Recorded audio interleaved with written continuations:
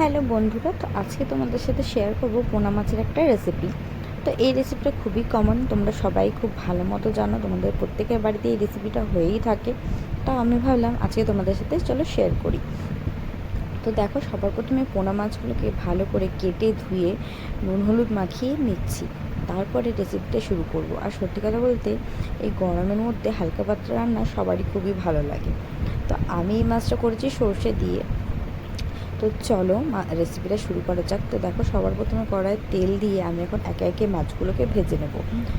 তো আগে আমি যেরকম পরিমাণে ভিডিও দিতাম, এখন খুবই কম পরিমাণে ভিডিও দেওয়া হয়, দেওয়া হয় না বললেই চলে। কারণ এখন একা হাতে বাচ্চা সামলে, বাচ্চাটাকে সামলে পেরে ওঠা সম্ভব হয় না। তো এই দেখো, এদিকে আমি সর্ষে, কাঁচা লঙ্কা আর টমেটো দিয়ে এটা একটু পেস্ট করে নিয়েছি মিক্সিতেই। তো অল্প সর্ষে মিক্সিতে ঠিকমতো ঘুরতে চায় না, তাও করে ফেললাম।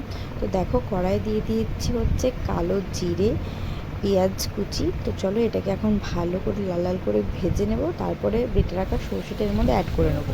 তারপর দেখো, এখানে আমি দেখিয়ে দিলাম মাছ ভাজা কিন্তু আমি আগেই তুলে রেখে দিয়েছি। তো দেখো, একে একে আমি সর্ষেগুলোকে এর মধ্যে ঢেলে দিচ্ছি। আর সত্যি বলছি, আমার না গরমের মধ্যে ওই মশলা দিয়ে মাছ রান্নার থেকে এই সর্ষে বাটা দিয়ে মাছ খেতে প্রচুর ভালো লাগে, খুবই ভালো লাগে। তো চলো, এর মধ্যে আরও কিছু দিলে আরও ভালো লাগতো, বাট আমি একদম সিম্পলভাবে করেছি। যদি এর মধ্যে একটু কাজু বাদাম বাটা বা পোস্ত বাটা দেওয়া যেত তাহলে আরও সুন্দর লাগতো।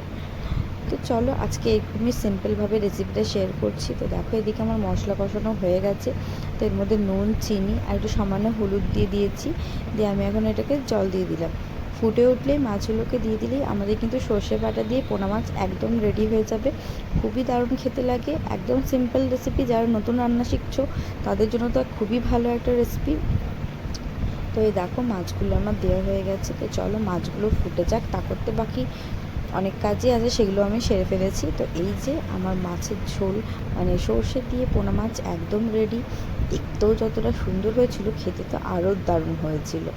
তো বন্ধুরা, এই সিম্পল একটা রেসিপি তোমাদের কেমন লেগেছে অবশ্যই কমেন্ট করে জানিও। আর যদি ভালো লাগে তো প্লিজ চ্যানেলটাকে সাবস্ক্রাইব করে দিও, লাইক কমেন্ট করো। তো চলো, দেখা হচ্ছে নেক্সট ভিডিওতে। ততক্ষণে সবাই ভালো থাকবে, সুস্থ থাকবে।